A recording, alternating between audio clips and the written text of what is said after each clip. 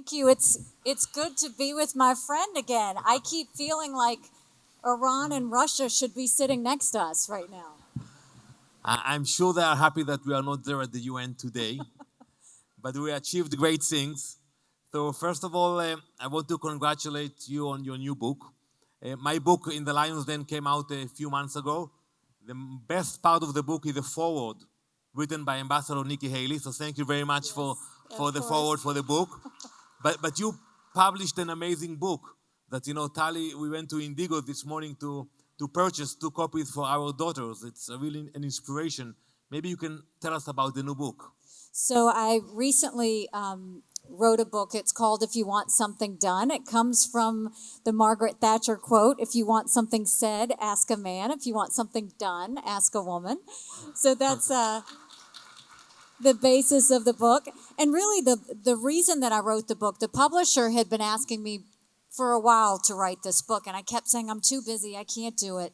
And he said, look, there's all these books on leadership for men, but there are not a lot of books about women leaders. And I was thinking back to when I was younger, when I was little and growing up in rural South Carolina, I would always look for women leaders, and I didn't see any. And I remember wondering why. And then I would go to the school library and I would check out books, and the only books that they had about women leaders were first ladies, the spouses of presidents. And I loved seeing how they were partners with their husbands. I loved how they did things behind the scenes. I loved how they did things to make the country better. And so I thought, I have to write this book. So this book it's me talking about stories that I've had in my life, but I also highlight 10 ordinary women who became extraordinary. And one of the women that I highlight is Golda Meir. And Golda Meir's story was extraordinary because here she was, her parents just wanted her to get married. And she knew she was meant for something more. And when she saw what happened with the Jewish people, she never wanted the Jewish people to be without a home. But more importantly, she never wanted the Jewish people to be dependent on anyone. And she was the ultimate problem solver. She went and she made sure that she was a founder of Israel, but more than that, even when Israel had to fight wars, she would go raise the money to make sure that they had the equipment to fight the war. And she had a guilty mother's heart because she wasn't with her kids as much as she thought she should. But she knew that the idea of Israel was greater than even her own family. She knew it was about a lot of families. And so it's stories like that I talk about that just go and remind us as parents that strong girls become strong women. And strong women become strong leaders. And so that was the premise of the book. Well, great. We're looking forward. Thank you. Nikki, you are a role model for so many young people, young girls from all over the world. My hero, my role model was Prime Minister Yitzhak Shamir. And I got to know him. And I remember one night after a gala event in Florida that I organized, I told him, can you give me a piece of advice, Mr. Shamir, Prime Minister Shamir? He told me, young man, sit down and listen. You need to learn 3 things to be a successful leader. First, you need to have the ideology. Second, you need to have the structure, the organization, the party. Third, persistence. Be patient and you will get there. I wonder if who is your role model in public life? Well, and it's amazing how we always have, everybody can go back and think of that one person that just moved you, changed you, made you think about things bigger. I have 2. So one would be Margaret Thatcher. I loved the fact that she was just a grocer's daughter. She was always underestimated. She was always made fun of. But she very much as she believed in Great Britain, she believed in herself. And that's what made her good. Because she knew her gut was good. She knew her core was good. And she replaced 40 years of socialism in 10 years and ended up being respected by everyone. The second person is my mom. And it's really because my mom grew up in a wealthy family in India and was a lawyer and was named one of the first female judges to sit on the bench. But because the times were too hard, she was actually never able to sit on the bench. And so for her to see me become governor and for her to see me become ambassador, it was me living that life that she couldn't because of the times. And I look at how strong she was, and I look at how she knew that if she couldn't do it, she was going to raise daughters that could. And so both of those women, I think, have impacted me a lot. We are all aware of the rise of anti-Semitism all over the world, including North America, US, even Canada. What do you think we should do? I think because of social media, that we use it a lot, but it's much easier to spread hate and lies. I remember when I was on campus many years ago, there were flyers with lies against Israel. But today, you have it on every Instagram account or Facebook account. What do you think should be done to fight anti-Semitism? We have to call out anti-Semitism every time we see it. As much as they talk about racism, anti-Semitism is just as bad. And what I think is important is sometimes people tend to think, oh, they're doing it again, they're doing it again. Don't get tired. It's not okay. It will never be okay. We have to speak up every time we see it. We have to humiliate those that do it every time they do it. And we have to remind our leaders that they have to speak up. Because I don't want kids going to college wondering if they're going to be targeted. I don't want parents having to worry about that. And I think that one of the best things that happened under the Trump administration that we need to go back to is he made sure that any university that wasn't addressing anti-Semitism, that their federal funding would be pulled. That's how serious we have to take it. Indeed, and I think also in Europe we have to address that issue. At the UN we spend a lot of time dealing with the Iranians, with the Iranian nuclear activities. And here we are today, we see that the negotiations moving forward, despite the fact that Iranian drones are being used in Ukraine to attack civilians. What do you think should happen? Israel's position is very clear. We are against the agreement. We think we should isolate Iran, apply more sanctions. That's the only way we believe we can handle this regime. What's your call on what's happening now with that? The Iran deal, when it was passed in the United States, President Obama passed the Iran deal and didn't have the support of Congress when he did it. And so Congress went and took it upon themselves to create legislation that said every 90 days, a president would have to decide if it was still in the best interests, in their national security interest, to stay in the Iran deal. So when President Trump came in, I was on the National Security Council, and I remember we had the first meeting. And he said, why should we stay in the deal? And so many members of the National Security Council said, you have to stay in the deal. It's the one thing that keeps Iran in check. It's the one thing that we know will keep them from doing bad things. But what we saw was they were spreading terrorism around the world. We saw it with Hezbollah in Lebanon. We saw it with Hamas, in Gaza. We saw it with the Houthis in Yemen. And so I went to the president at that point, and I said, if you will allow me, I would like to go to Vienna, where the International Atomic Energy Agency was, and I said, let me ask them how they look at the Iran deal. Let me ask them how they hold it accountable and how we know it's still a good deal. And let me come back and make the case for you that if it's a bad deal, that you can get out of it. So he said, okay, go ahead. So I go and I speak to the IAEA, and my first question is, we know that so much of the research for nuclear weapons is happening in the universities. How often do you inspect the universities? They said, we don't inspect the universities. I said, okay, well, we know the nuclear production is happening in the military installations. So how often are you inspecting the military installations? They said, we can't inspect the military installations. So I said, okay, what is it that you inspect? And they said, well, if we get a tip that nuclear production is happening, we give them 90 days notice, and then we go in and inspect. So I came back to DC and I told President Trump, I said, not only should you get out of the Iran deal, we should have done it yesterday. It's that important. And so we immediately got out of the Iran deal because what we saw is all of that money was flowing to terrorism. It was flowing to nuclear production. And it was just a matter of years before they were going to get it back again. So now we're sitting in a situation where unfortunately the administration has been looking at getting back into the Iran deal. And what we have to remember is this is the number one state sponsor of terrorism. This is a regime that says death to America, death to Israel every day. And there's no amount of money we can give them to make them think any different. So what we have to do is isolate them. And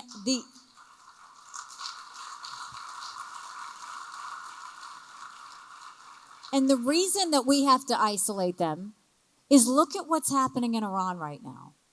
You look at this 22-year-old girl, Mahsa Amini. It wasn't that she wasn't even wearing her headdress. She just wasn't wearing it properly. And the morality police come in and they torture her and they kill her. And so now we see this movement by the Iranian people who've always wanted better. They don't support the Ayatollahs. They don't support the regime. They've always wanted better. And this is an opportunity not only for us to help ourselves, but to help them. And so I think that there should not even be any conversation about the Iran deal unless Israel is at the table and the Arab countries are at the table, because those are the ones that will hold Iran accountable. It's not the Europeans. It will never be the Europeans in the United States. It's going to be Israel and the Arab countries, and that's the only time we should negotiate an Iran deal. Thank you. Before flying into Toronto, I gave a briefing to all the EU ambassadors in Israel. And one of the questions they asked me was about Ukraine. What is the position of Israel regarding what's happening in Ukraine? And I told them, first of all, we learned the lesson that we have to defend ourselves. We cannot count on anyone else to protect us, because we saw what's happening with Ukraine today. And there is a real debate today in Israel about what should we do, how much aid we should offer the Ukrainian people, whether it should be only humanitarian support or military support. And I think after the elections, the new government will have to take a bold decision on this issue. What's your take on this issue regarding the U.S. involvement? Well, I think the reality is that we wouldn't have a war with Russia and Ukraine had we not had the debacle in Afghanistan. I mean, I think that's literally,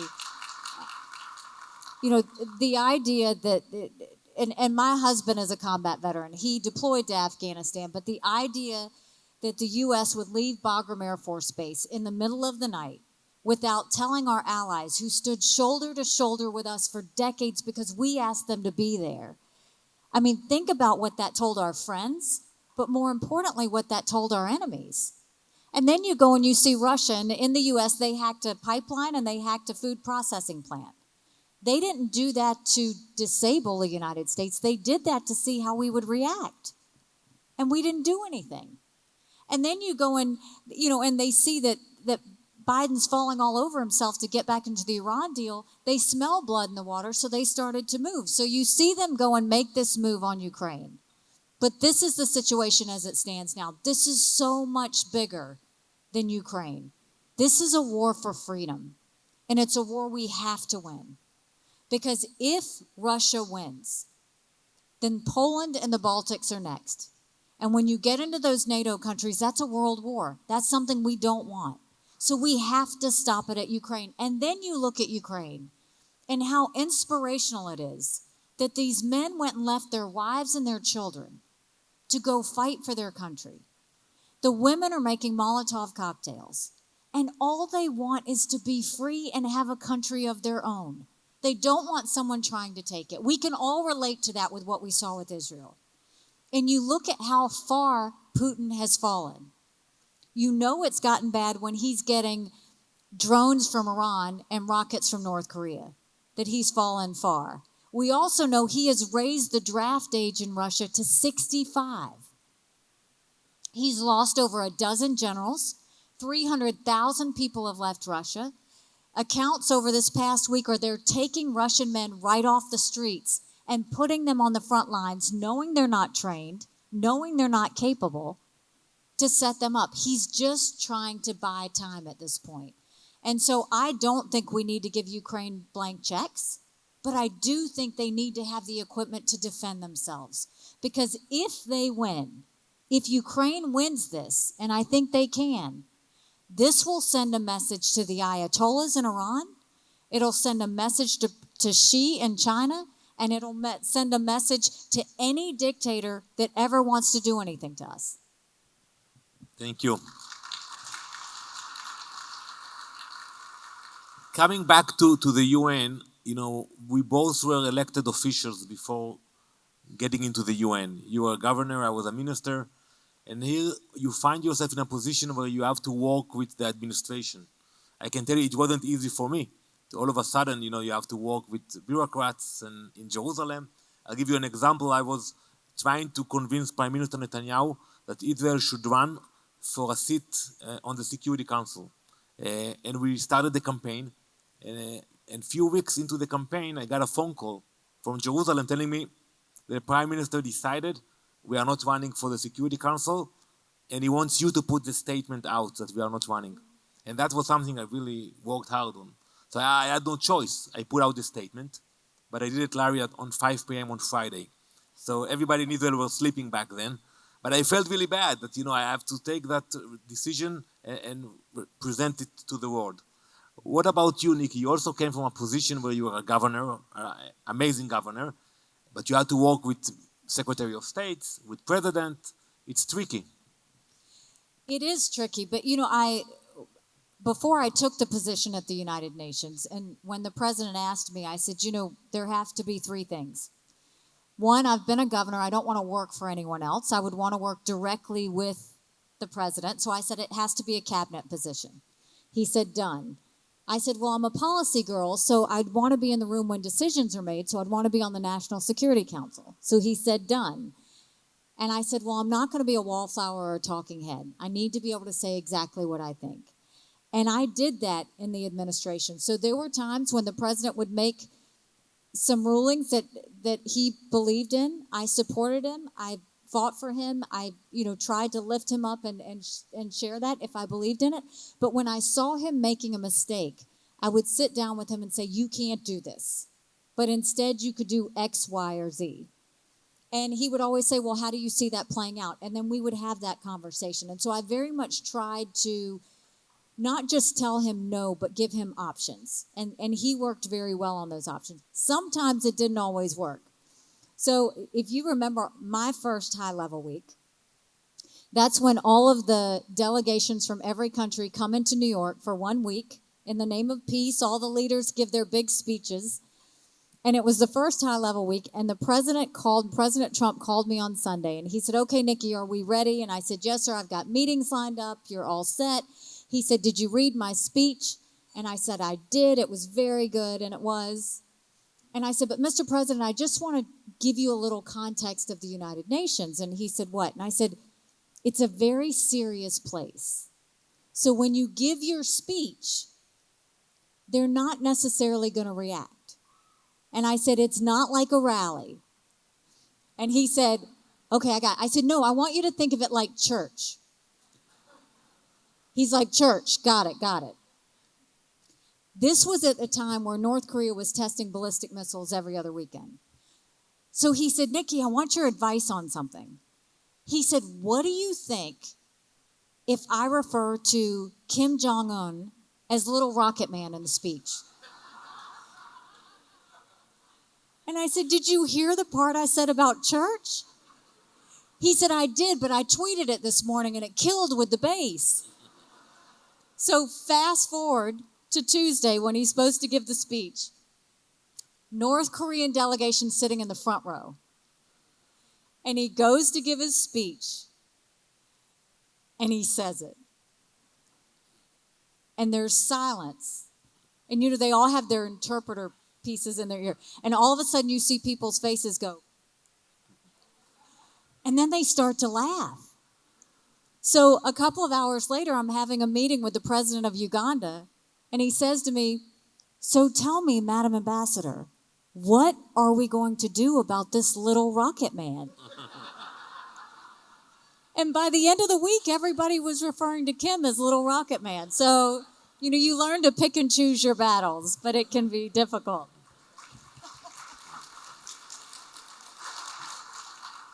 When Tali and myself come to New York every once in a while, people ask us, "Do you miss the UN?"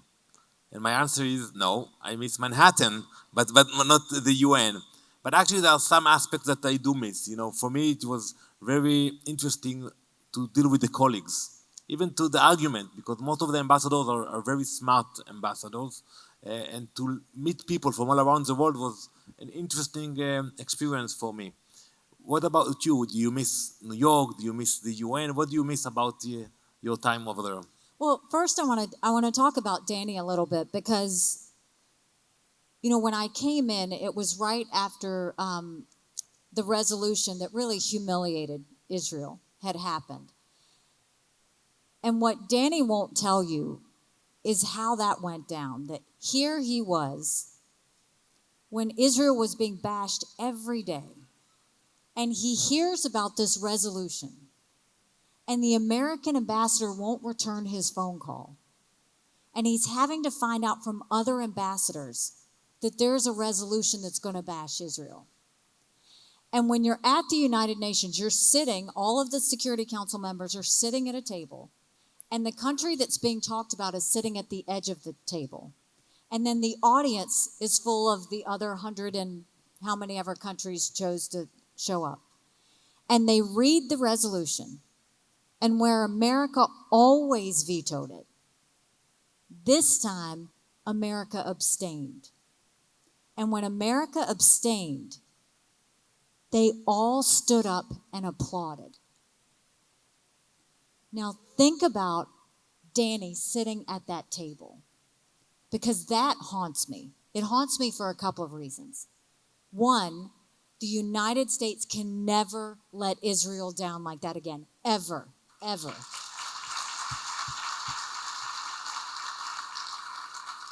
But two, the courage that you had to stand up, hold your head high, and continue to defend the country you love so much.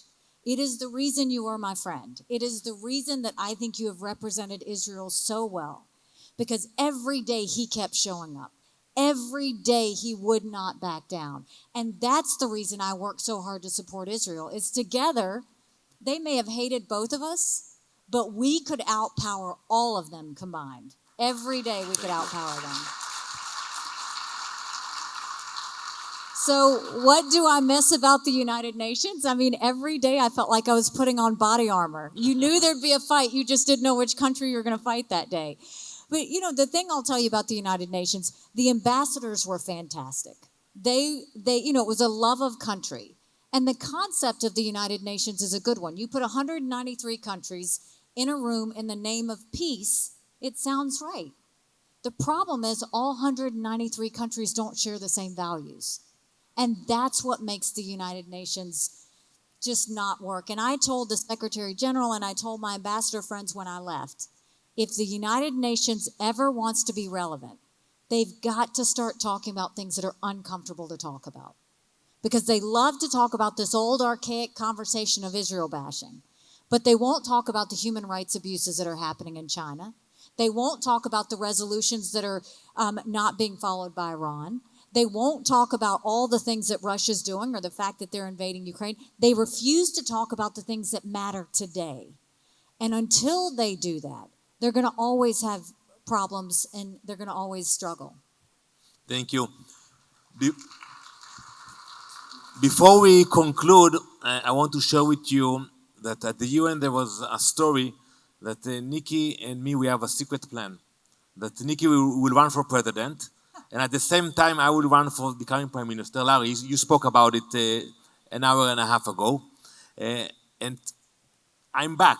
I decided to come back, and in 2 weeks, God's will, I will be back in the Knesset. But everybody wants to know, Nikki. Thank you. But I think everybody here wants to know, what about you?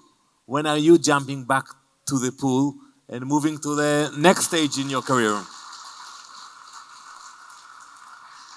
Well, I was in New York not too long ago, and we drove past the United Nations, and it was all I could do not to walk in there and just rattle the cages, just to go give them a hard time. Right now I've been campaigning a lot for candidates that are running. I think the Republicans very much are trying to win the House, trying to win the Senate. We've got 36 governor's races. I think that we will win the House. The way that the politics is breaking 2 weeks out, I actually think we're going to win the Senate. And so then after November, I'll need to figure out what I'm going to do. I think after the first of the year, I'll need to make a bigger decision. What I can tell you is I've never lost a race. I'm not going to start now. So we'll put 1,000% into it and I'll finish it.